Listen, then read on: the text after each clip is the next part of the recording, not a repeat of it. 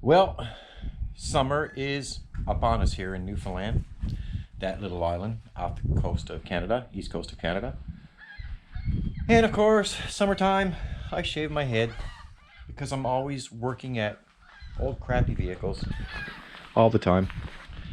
So what we have here today with this car is a airbag code coming on the dashboard, and we're going to put the scanner on and search up the code, see what it is, and see if we can fix it.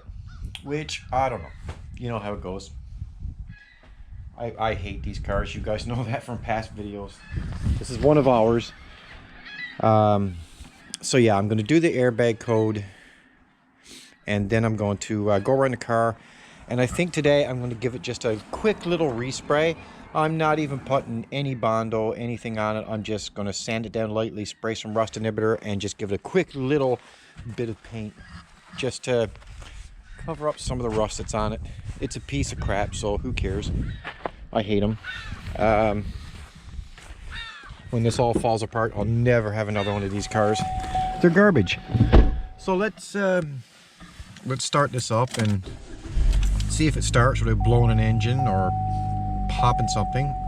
Change all soon. Nobody cares. That's what I care about, is the service airbag light.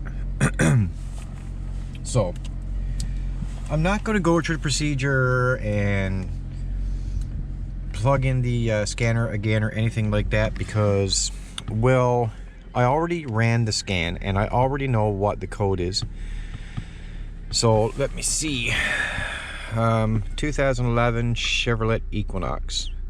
I don't know why they just don't call it like 2011 Chevy garbage, because that's what it is. Why is it not letting me select it? See, even the scanner knows it's garbage. SRS. I keep going for touchscreen, guys. Don't ask me why I'm doing that. I don't know. Okay, so here's to the important part. When I ran the scanner, this is the code that came at me. B0013. Driver steering wheel airbag deployment loop, stage 2 eye resistance. That is the code right there, you guys. That's what I got come up. Okay, so let's turn this off.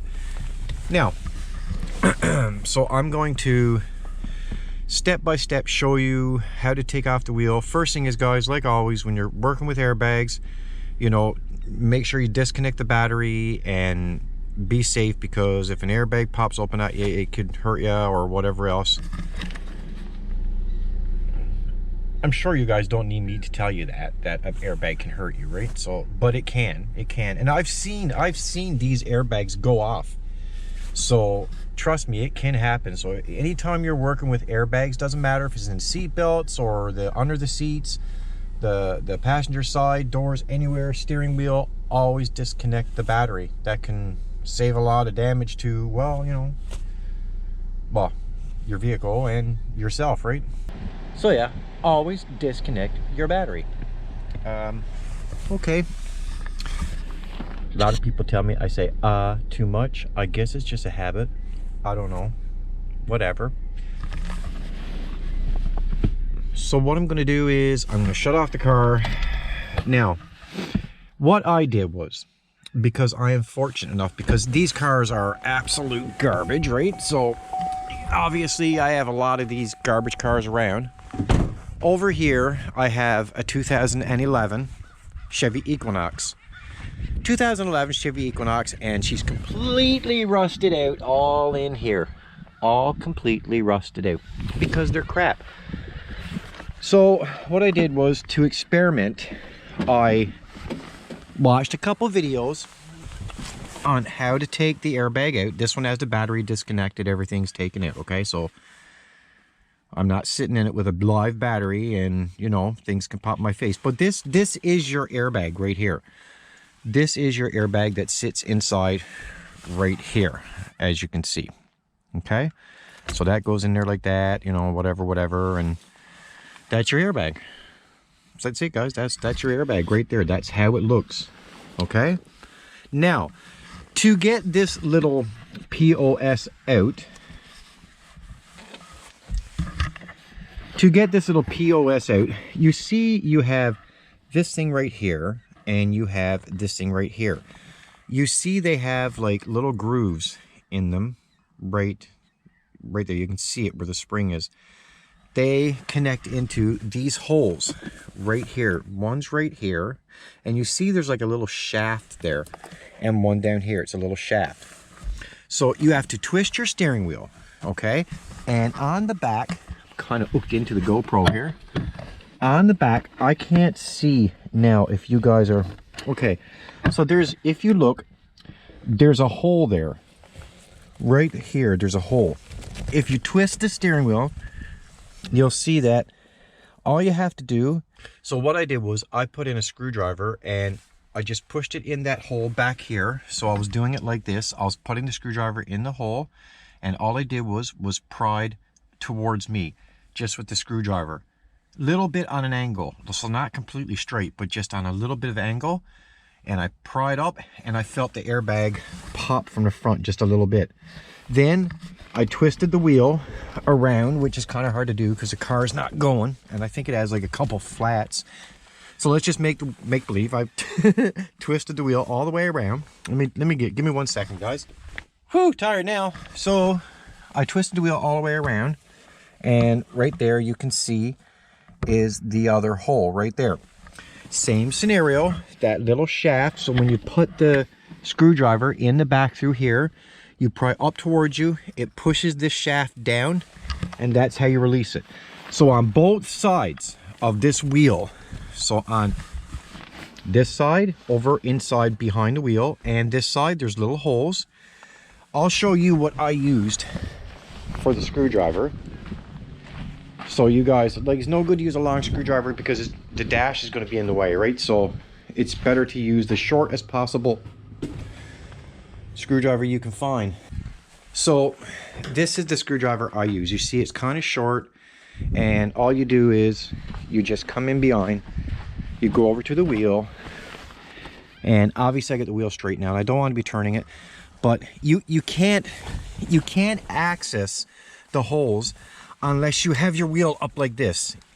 So then you put the screwdriver in the hole back here, you find the hole, and you see, and all you do is on that little bit of an angle, you'll see the screwdriver.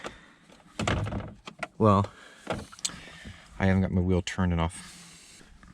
The things I do for these videos. Okay, so my screwdriver is in there. And if you look in here, you'll see my screwdriver is right there. Now this is just a little rubber clip. It doesn't matter. It's no big deal. But all you do is you go in and you just hook around. See how I just got it? You see that? You see how that just clipped there then? See, look, my screwdriver's on it and I'm pulling it down. You can see that releases the clips. When you release this side, you just twist the wheel around and you get it in here and you do that side. So what I found on YouTube was you got to check these wires. These are the airbag connection wires right here. And they say to check those wires, make sure there's no cracks, make sure nothing is broken. And apparently if inside here one of these little clips are broken, then it will trigger a code. So you got to make sure that those clips are not broken. And then, you know, put it. But the video I watched on YouTube, the guy basically didn't do anything, didn't really find anything wrong. But when he took all this out, when he took it all apart and he put it back together, it worked and the code cleared.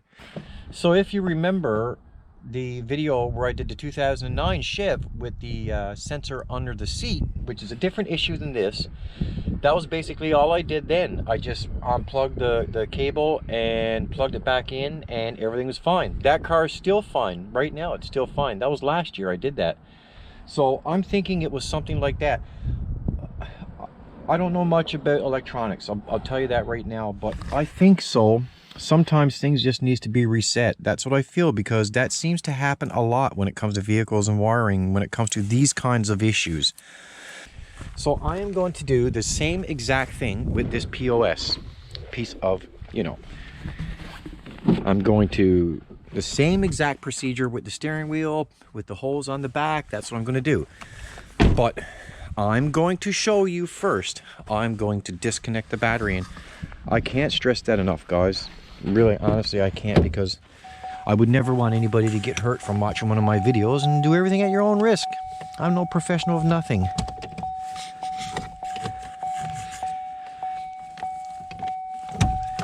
That's all out there, see that? Because it's a piece of garbage. Remember, don't ever buy a Chevy Equinox. They're nothing but trouble. This one's having more issues. It burns oil. It had a rebuilt engine. The engine only had 60,000 kilometers on it. Remember, that's kilometers, not miles. I don't know how that works out for you guys in the US, but 60,000 kilometers, isn't that like 30-something, 40,000 miles for you guys? And this is the 4-cylinder. It's burning oil, putting white stuff up in the cap, causing problems already. Transmission shifts funny. And this is the 4-cylinder, right? And then you could say the 6, but remember, guys, I have the 6-cylinder of this POS, and it's the same thing. It's all garbage. So don't ever, I'm telling you guys, don't ever buy these cars. The bodies are bad. The chassis are no good. They rust out in the rear end. They only last a couple years. And the engines are crap. Don't ever buy it. Save yourself money. Best vehicle, I'm telling you, that I've ever driven and owned are those Chevy Impalas over here. Those are the best cars to buy. What Chev did, I don't know, man. It seems like they cheaped out and they built garbage. And I mean, this is a real car. This one here is a 2009. You see me paint the door on this. This is the actual car. Remember, guys, that had the code for the airbag under the seat. And if you look back into old videos, you'll see that I've had this car in there doing videos. And I mean, these cars are just nice. They're nice vehicles. 2009, you could start this up now and you can go on. It's all licensed. We keep it licensed. This one's licensed till November 2022. We still drive it. I mean, look at it. Yeah, I got a little bit of service rust just in a couple of areas, but man, you'll never get a Chevy POS Equinox last as good and long as this. Seems like car manufacturers are, I don't know what they're doing with these Chevy Equinox, the Cruise, Terrain. I don't know the rest of the other garbage ones, but you know, look at the Chevy Cruise. That's absolute garbage. Piece of crap car. And if it says Equinox, stay away. Don't buy it. Save your money. Buy a pedal bike. You're better off than buying something like this, because I'm disgusted with them. Remember, guys, still got the 65 in here. I ran into some trouble with this car. I know I'm stretching this video out. I'm going to put timestamps down in the comment section so you guys can go right to what you need to do with the airbag, okay? But I'm just showing you around just because I can. I have the new clutch installed. I'm going to put a picture right there. And the problem I have now is, well, I took it to transmission, and the bell housing is actually, okay, so I put the bell housing back inside. I don't know if you can see it or not. And right here now, this is the mid section of the transmission. This is the tail section. I only got it laid in. What has happened is my thrust washer bearings have completely disintegrated, and all the bearings came out in the center. Now I'm trying to track down thrust bearings for a 3-speed 1965 Chev transmission. That's what I'm trying to do now. So that has me stopped now from anything to do with this car, which absolutely sucks because I've done so much work with it so far. And here we are, right? Remember the condition of this car, guys. Look at that. Just imagine, this is a 65 and that's a 2011 Equinox, rebuilt engine twice so far. Piece of crap, soon gonna rust out. But you look at something like this. This is Chev, guys, remember, back in the day stuff. Look at that. No rust on those rockers. You know, back then cars were made good. Okay, so let's take apart that battery now. We have to let it go. And of course, you know, the computers are made on top on these, right? So what I'm going to do is I'm going to disconnect the negative terminal, And I know from experience, because trust me, if you own a Chevy Equinox, you'll know every size of nut and bolt on that car, because all you're ever going to do is work on that for said vehicle. So I'm going to get... Ooh, I don't want to touch that. It's really dirty. Let me see if I can't wipe it off one-handed. That's because I was working on the transmission yesterday evening,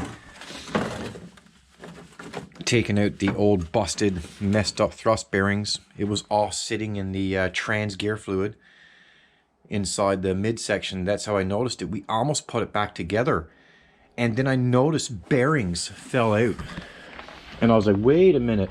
And these are the bearings that fell out of it from the thrust washer bearings right there. And I saw these floating around inside this piece right here when the tail end comes out, and I was like, oh no, that's money. That's going to be issues. So that's an issue I have, and I got to figure it out. I don't know why, guys, but I'm doing a lot of rambling in this video. Oh well, whatever. But don't worry, I'll put the timestamps in. You guys don't have to listen or watch none of this. You guys can just jump right to what you have to do with the airbag. And trust me, you will. You've owned a Chevy Equinox, you're going to have to do it. 10mm, where are you? Now, I don't care what anybody tells you. If you take a negative terminal off on a battery and there's no other connections on that negative terminal, there is no power going to your vehicle. Yeah, so look, it is 10mm, guys. I don't know if you can see that, but it is 10mm.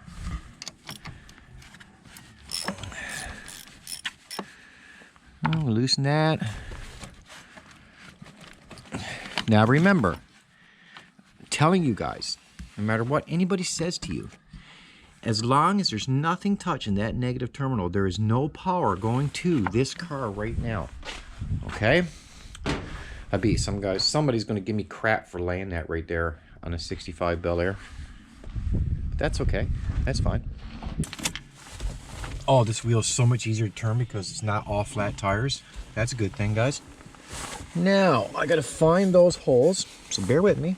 So, I'm gonna tilt the steering down a little bit, try to give myself a little bit more room if I can. So, I'm inside. I lost the positioning on my screwdriver, and I can feel it. Sometimes you gotta work around, play around with it, because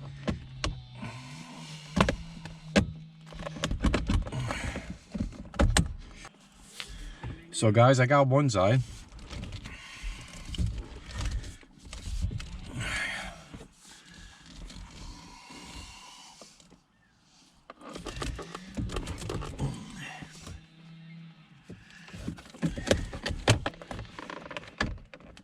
Got it. Two little stacks on top first. What? You got to unplug it. You got to, where the bridge is to, you got to pull up on that. Yeah. Okay guys, so trial and error, trust me, we got this one out, and it wasn't easy on this car. I'll tell you that right now. It was not easy. So I'm going to pull these apart. What we're going to do first is, look, these are taped up. Look at this, guys. We're seeing tape on this. This tape is not on the other ones. No, it's not. They were joined. Heat shrink. This is something here, guys. For sure, this is something. Yeah, I get the battery on hooked. I'll show you something. Yeah, unplug these. Watch him, guys. That's our buddy back, eh? He's here again today, man. See, that's unplug one. And you can see they're color coded. Yeah, they're color coded, so you can't go wrong. So we'll place this one right here. So guys, we just found a thing. There's tape on these wires. There's tape on these wires. There's no way around that. This is the other one that come out of the other car. Here, look. Let's see, guys. So right off the hop, we noticed this, and we've never had this apart. We just got the airbag light code, which I showed those guys on the scanner what code came up. and I'm going to have it in the listing for them. But shouldn't be tape on these wires. What the hell is going on here, man?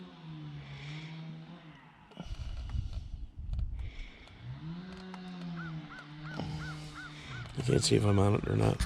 All you gotta do is touch it. You're on it there, gotta be. Yeah. These are taped up. So as you see, guys, you don't always know what you're getting. So you just saw, we popped that airbag out of the wheel and we have taped up wires inside there. That's not supposed to be like that. So somebody's been at this car before and not us. We don't mess around with airbags. So this one is connected to this one. So guys, he's on twisting the wires. Try to figure out what's going on with it. Because obviously somebody's been at this before. So I'll keep you guys updated as we go along. I had to charge my GoPro using the iPhone 13. And I'll keep you guys updated as it goes. We're just taking the tape off the wires, see if there's anything wrong in there, and I'll get right back to you. All right, so guys, what we did was we took apart the wires and we retaped them, checked everything out, retaped them properly. Actually, we didn't retape them, we put shrink tubing on them and shrink tubed them properly, tucked it away properly.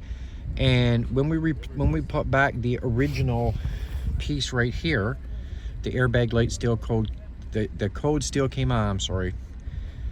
So what we did was we used this piece out of that car over right there, and we put that piece, plugged it into the existing wires, and as you can see, no more lights.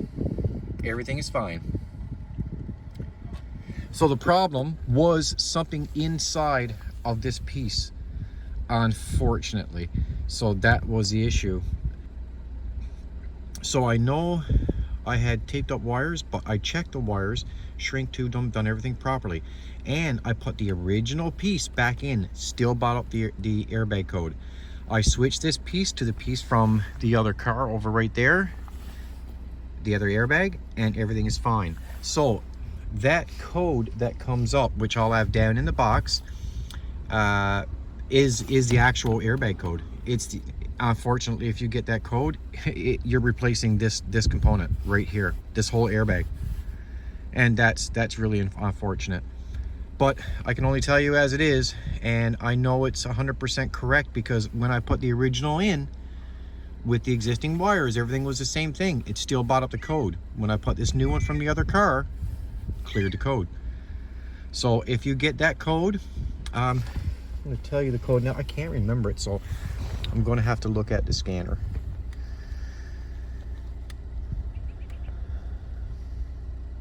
Yeah, so Chevy Equinox, and go back into the memory, SRS. So if you get that code B0013, driver steering wheel airbag deployment loop stage 2 high resistance, you have to change your airbag.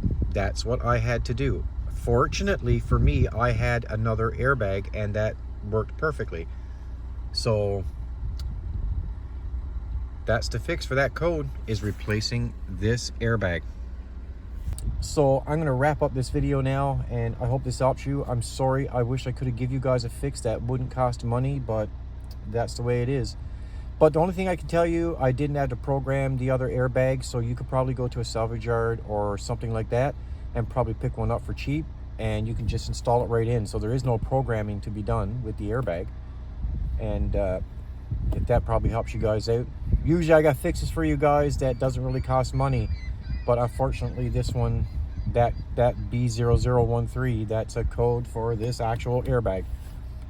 And I've watched a bunch of other videos where they mess with wires, but remember, I know I'm saying this the 4th time, they said they messed with wires and they put the original back in and they said it cleared the code. That wasn't the case here for that B0013. I put the original airbag back in and it still bought up the code. It's only when I replaced the airbag with a different one that it cleared the code. So my opinion, that code B0013 is you will have to replace your airbag in your steering wheel. And I think that's the same for the Chevy Cruze, the Equinox, Terrain. There's another one, I can't remember what that one is. I don't think that's the same with the Impalas. I don't think so. So I don't think you have to worry about it with the Impalas, but in these ones, that is an issue. So thanks for watching. Please give me a like and a subscribe. I don't know if I'm doing that correctly. It could be vice versa. The subscribe could be over here. The like could be over here. The like could be over here. The subscribe could be down here. I don't know. But I'll see you on the next one. Thanks a lot, guys. Like a Hellcat.